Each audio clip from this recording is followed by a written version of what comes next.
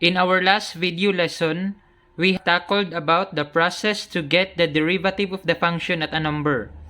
Remember that the process of getting the derivative of a function is sometimes referred to as differentiation. To differentiate a function means to obtain its derivative with respect to the independent variable x. At the end of this lesson, you are expected to identify whether a function is continuous and differentiable at a given number. Apply the rules of differentiation in finding the derivatives of algebraic function, and use the rules of differentiation in finding the derivatives of some transcendental functions. The goal of this part of the lesson is to identify whether a function is continuous and differentiable at a given number. This is the theorem about the differentiability and the continuity of a function. If a function f is differentiable at a, then f is continuous at a. This is an if-then statement. If the hypothesis is true, then the conclusion is also true. The differentiability of a function at a number implies continuity of a function at the same number. The contrapositive of this statement is also true. If a function is discontinuous at a, then the function is not differentiable at a. With these statements, we have the following remarks. If function is continuous at x equals a, it does not mean that f is differentiable at x equals a. If the function is not continuous at x equals a, then f is not differentiable at x equals a.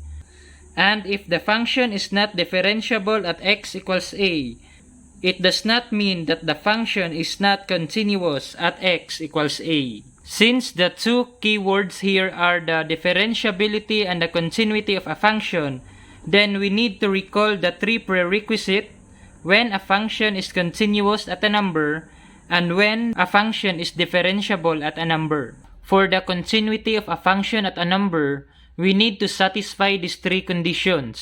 And for the differentiability of a function at a number, we need only to show that the limit of f of x plus h minus f of x over h as h approaches 0 exists. For our illustrative example, check whether f of x equals the absolute value of x is continuous and differentiable at x equals 0. The value of our absolute value function is x if x is greater than or equal to 0, and negative of x if x is less than 0. For instance, f of 2, the absolute value of positive 2 is 2 because 2 is greater than 0, so we will just take the value 2. And for f of negative 2, since this is less than 0, so the value of the function is the negative of that number. So we have negative of negative 2, and that is positive 2. We are now going to show whether this function is continuous and differentiable at x equals 0. The first part of the solution is checking the continuity of the function at number x equals 0. The first condition is satisfied because f of c is equal to 0. Thus, f of c exists. For the second condition, we have shown that the limit of f of c as x approaches c is 0, because from left of c we have this number approaching to 0, and from the right of c still approaching to 0. With that, the limit of f of c as x approaches c exists, and that is equal to 0. And for the third condition, that is the limit of f of c as x approaches c equals f of c, and they are equal because both are equal to 0. Satisfying all the three conditions, we can say that the function is continuous at x equals 0. For the second part of the solution, we will check the differentiability of the function at x equals 0. This is the alternative definition of derivative. So we will simply substitute the value of our x, which is 0. So that becomes f of 0 plus h minus f of 0 over h. And this one, the simplified form of 0 plus h is f of h. So to solve for f of h, just simply substitute the x by h So we have the absolute value of h. And for f of 0, absolute value of 0 is 0. Since we have now the two values, we can directly substitute these values in the numerator. So the f of h is the absolute value of h, this one, and the f of 0 is 0 over h. So we have the limit of the absolute value of h over h as h approaches 0. We cannot simply substitute 0 to our h because the numerator is still an absolute value function. With that, there is a need to go back to the definition of the absolute value function. From left of 0, so we will get the limit of the absolute value of h over h as h approaches 0 from the left. If you could still remember in the definition that if x is less than 0, we will take the negative value of our x. So the absolute value of h is equal to the negative of h over h. Because our h here is from the left of 0 and those are negative numbers. And negative h over h is negative 1. And from the right of 0, from the definition, if x is greater than 0, we will automatically take the value of our number. So the absolute value of h here is positive h because the h here is from the right of 0 and these are positive numbers. And h divided by h is positive 1. Since the left hand limit and the right hand limit are not equal, the limit of the absolute value of h over h as h approaches 0 does not exist. Therefore, this function is not differentiable at x equals 0. Another example, we will check this piecewise function if this is continuous and differentiable at x equals 1. For the conditions of continuity, for f of c, the value of our f of 1 is positive 2. Why we use x squared plus 1? Since our value of c is positive 1, and 1 is part of this condition, x is greater than or equal to 1, so we will utilize this function for our f of c.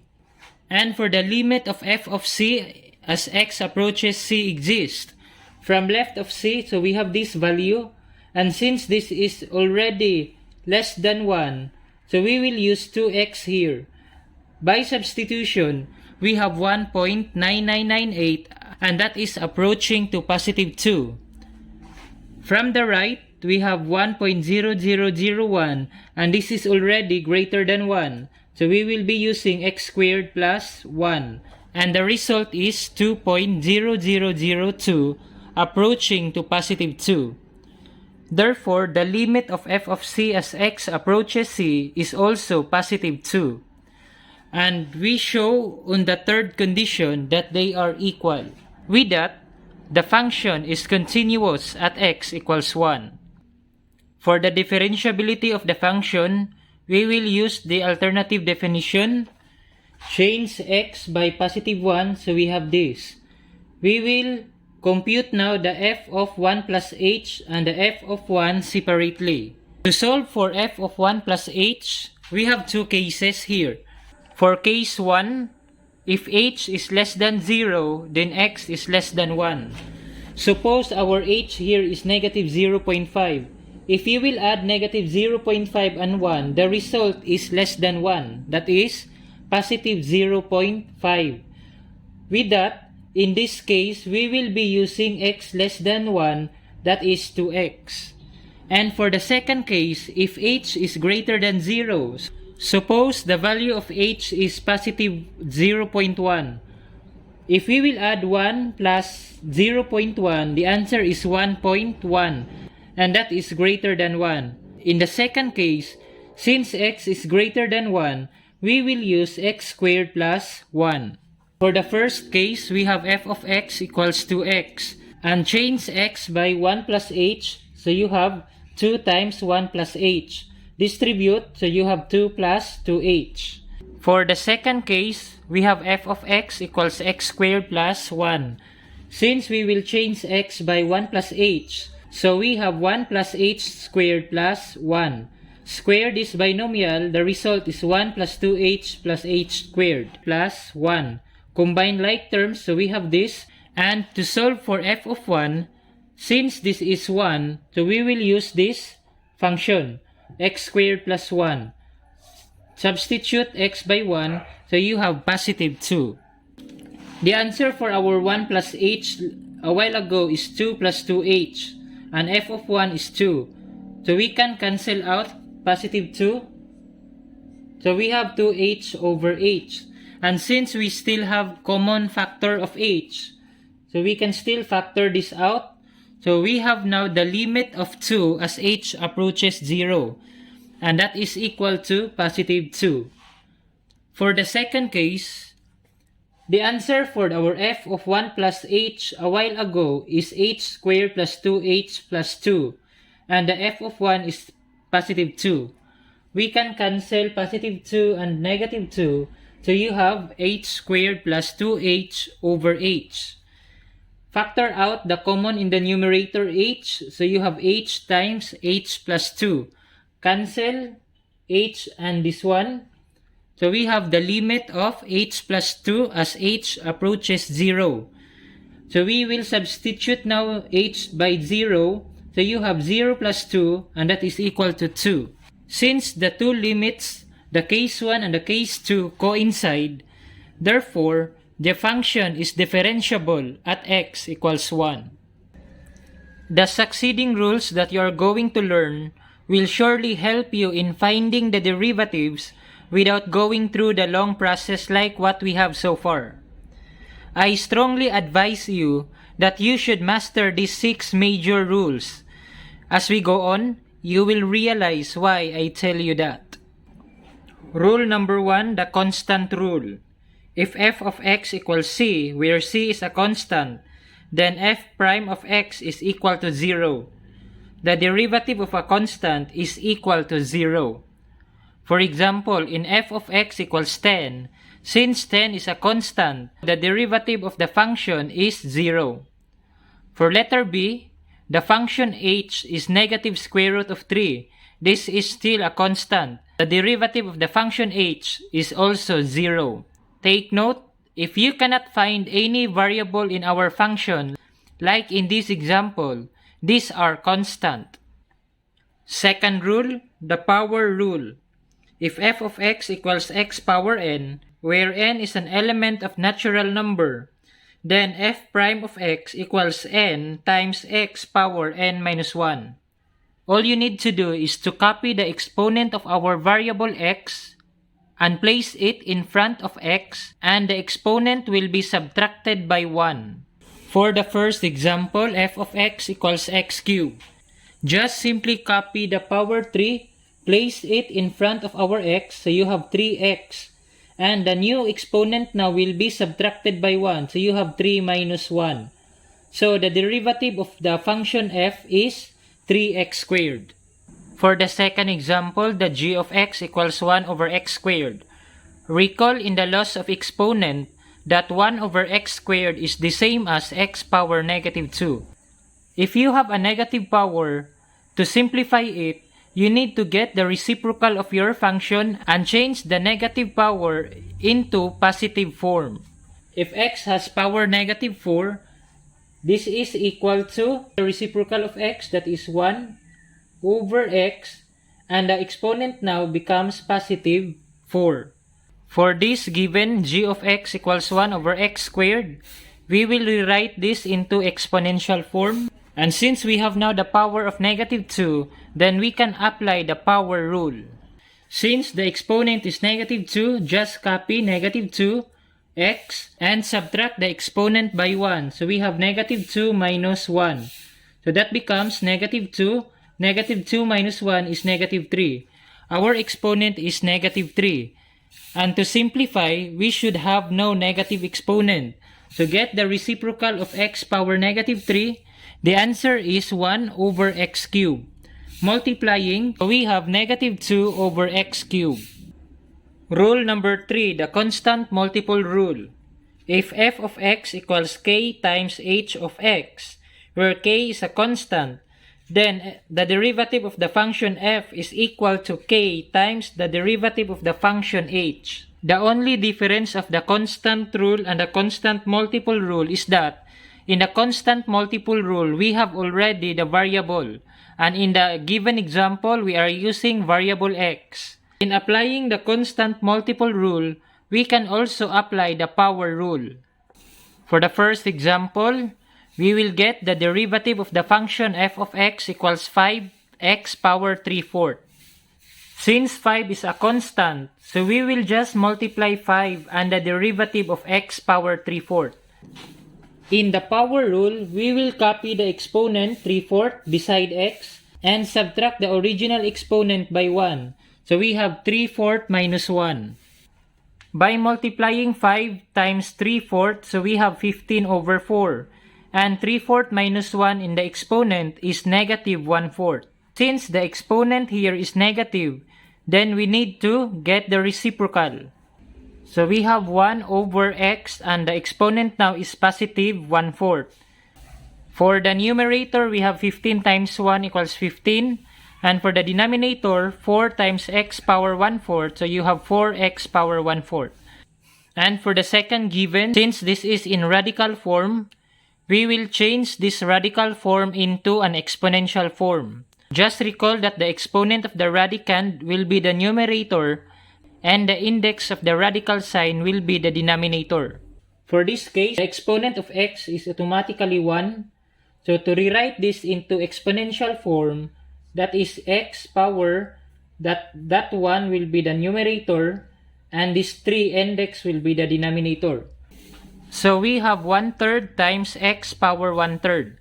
We will now apply the constant multiple rule and the power rule. So this is the 1/3.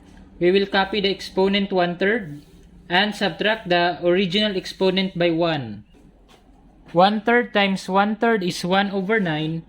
And 1/3 minus 1 is negative 2/3. So we have 1 over 9 times 1 over x power 2/3. After that, we will multiply numerator by numerator and denominator by denominator. So we have 1 times 1 is 1 over 9 times x power 2/3, 9x power 2/3.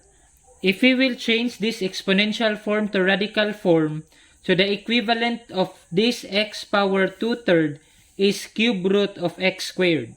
This is the derivative of the function g of x. Rule number 4, the sum and difference rule. If f of x equals g of x plus h of x, where g and h are differentiable function, then the derivative of f of x equals the derivative of g plus the derivative of h. If f of x equals g of x minus h of x, where g and h are differentiable functions, then the derivative of the function f of x equals the derivative of g of x minus the derivative of h of x. In rule number 4, we can use the first, the second, and the third rule when applicable. For the first given, applying the constant multiple and the power rule, so we have 2 times copy exponent 3 x, subtract the exponent by 1, so you have 3 minus 1, plus 6 times the exponent of our x here is automatically 1, so you have times 1 x, so you have 1 minus 1. By simplifying, we have 6x squared plus 6x power 0. And since x power 0 is positive 1, our final answer is 6x squared plus 6. For the function g of x, so we have 7, copy exponent 4, 4 minus 1, minus 3, times copy the exponent 2, 2 minus 1. Simplify, 28x cubed minus 6x. Rule number 5, the product rule. Derivative of the product y equals u of x and v of x, where u and v are both functions of x, is dy over dx equals the u times the derivative of v plus v times the derivative of u, where the dy over dx refers to the derivative of the function, du over dx refers to the derivative of u, and dv over dx refers to the derivative of the function v. We let u of x be the first factor, 6x squared plus 2x. And we let also v of x, we will get first the derivative of this respective function. For the derivative of the u of x, so we have 12x plus 2. And for the derivative of the v of x, we have 3x squared. After that, we will just simply substitute those values to our given formula. So our function u, this one, 6x squared plus 2x. The derivative of the v, so we have 3x squared, so times 3x squared. Plus, our v, function v is x cubed plus 1. And the derivative of u is 12x plus 2. So we have this. We will multiply first this binomial, and so with this. By distribution, 3x squared times 6x squared is 18x power 4. And 3x squared times 2x is 6x cubed. For the second pair, we have 12x times x cubed is 12x power 4. 12x times 1 is 12x. 2 times x cubed is 2x cubed. And 2 times 1 is positive 2. Combine like terms. The final answer of 30x power 4 plus 8x cubed plus 12x plus 2. Rule number 6, the quotient rule. The derivative of the quotient f of x equals u of x over v of x, where u and v are both functions of x, is dy over dx equals v times the derivative of u minus u times the derivative of v all over v squared. We will let u of x be the numerator x squared plus 7, and the derivative of u of x is 2x. And for the v of x, that is 3x minus 1, the derivative is positive 3. The function v is 3x minus 1. Derivative of u is 2x minus the product of u and the derivative of v. The function u is x squared plus 7. Derivative of v is positive 3 over the v function. V function is 3x minus 1 squared. And then simplify. 2x times 3x is 6x squared. 2x times negative 1 is negative 2x. Minus the entire product. 3 times x squared is 3x squared. And 3 times 7 is 21. And the square of this binomial is 9x squared minus 6x plus 1. After that, we will distribute this negative to the binomial. So that becomes negative 3x squared, and negative of positive 21 is negative 21. We will combine like terms. So our final form now is 3x squared minus 2x minus 21 all over 9x squared minus 6x plus 1. At the end of lesson 3, you are expected to use the rules of differentiation in finding the derivatives of exponential, logarithmic, trigonometric, and inverse trigonometric functions. Derivative of an exponential function with base e. If f of x equals e power u, then f prime of x equals e power u times u prime, where u is the exponent of the exponential function with base e, and u prime is the derivative of the exponent. For example, f of x equals e power x. The exponent is x, therefore the u is x. And the derivative of x, denoted by u prime, is equal to 1. To get the derivative of the function f, we need to multiply e power u times the derivative of u. So the base is e, the exponent given is x, times the derivative of the exponent is positive 1.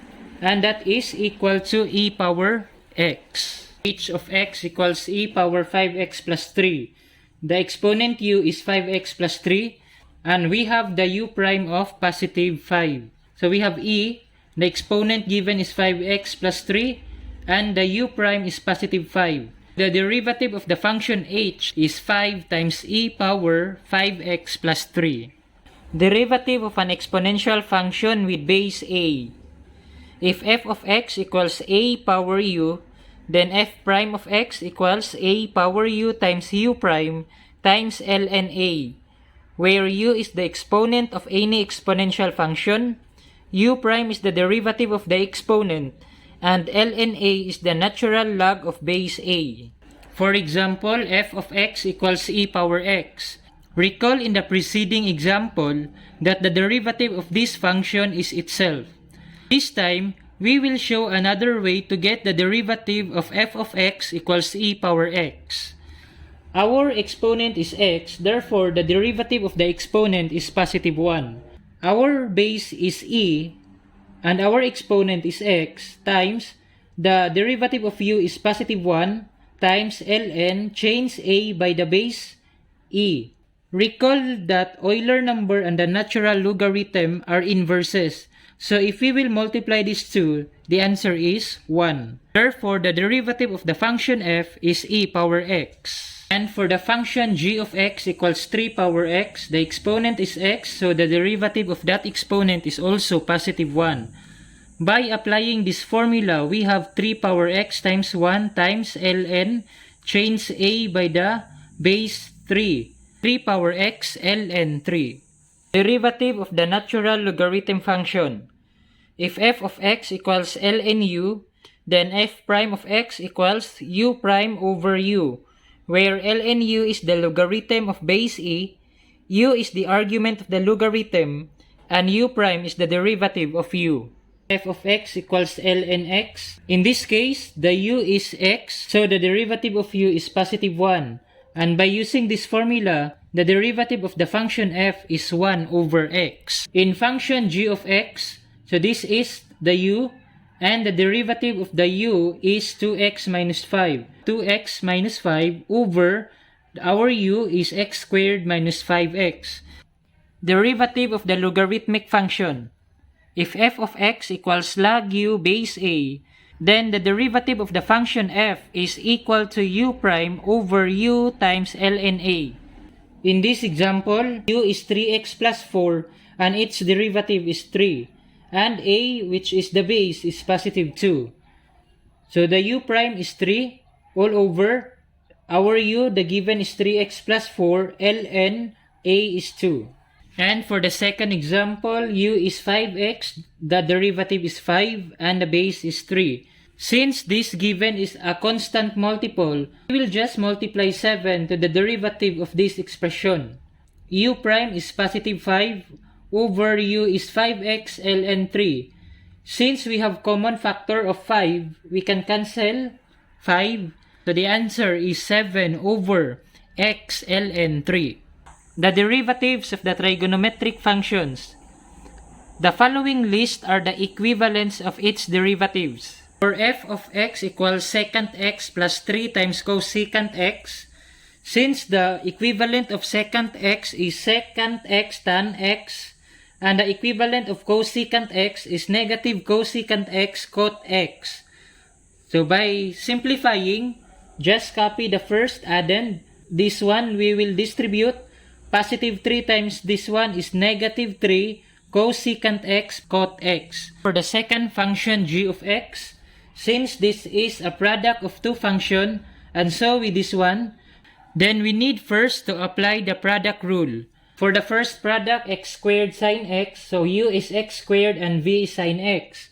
So the derivative of u is 2x, and the derivative of the sine x according to the equivalence is cos x. By applying this product rule, our u is x squared, derivative of v is cos x, plus our v is sine x, derivative of u is 2x. And here is the derivative of our second product, 3x times negative sine x, because negative sine x is the derivative of cos x, plus cos x times 3. We will now substitute the product of the first and the second term. The product of the first term is until 2x, minus the product of this term is this one, plus 5, and the derivative of sine x is cos x. And by multiplying, x squared times cos x is this one. Multiplying this is 2x sine x. We will simplify first inside the bracket. So this 3x and the negative sine x is negative 3x sine x. And this one is positive 3 cos x plus 5 cos x. So just copy the first two and distribute this negative to this binomial. So negative and negative, that is positive. and negative and positive is negative. And copy 5 cos x. Combine like terms, so that is x squared cos x, 2x sin x, and 3x sin x, that is 5x sin x. And negative 3 cos x and positive 5 cos x is positive 2 cos x. And for the derivatives of inverse trigonometric functions, the following are its equivalents. From these examples, for arc sine 2x, let x be 2x and the derivative of 2x is positive 2. This is the equivalence for the derivative of arc sine. By substitution, we have 2 over square root of 1 minus 4x squared. For the arc cotangent, 3x, we will let x be 3x, so the derivative of 3x is 3. And this is also the equivalence of the derivative of the arc cotangent. So by substitution, we have also negative 3 over 1 plus 9x squared.